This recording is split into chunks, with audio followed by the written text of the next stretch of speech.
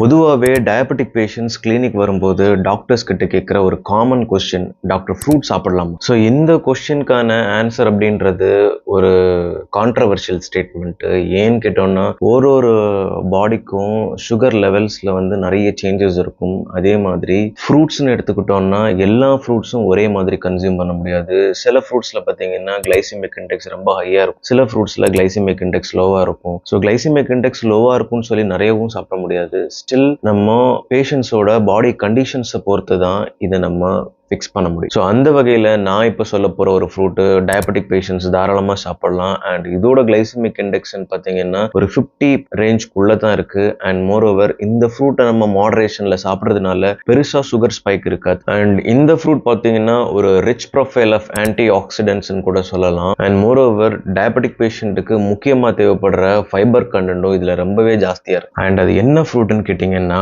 Dragon fruit தான். So இதில் மேஜராக பார்த்தோம்னா 2 வெரைட்டி இருக்குது. ஒன்று ரெட் வெரைட்டி, இன்னொன்று ஒயிட் வெரைட்டி. ஸோ இந்த particular fruit white variety. So ரெட்டை கம்பேர் பண்ணும்போது ஒயிட் கொஞ்சம் சீப்புன்னு கூட சொல்லலாம். அண்ட் இப்போ இருக்கிற ட்ரெண்ட்ல பார்த்தீங்கன்னா இது வீட்லேயே கல்டிவேட் பண்ண ஆரம்பிச்சிட்டாங்க. ஏன்னா இது ஒரு கேக்டஸ் ஃபேமிலி அண்ட் இதுக்கு தாராளமாக தண்ணி தேவை கிடையாது.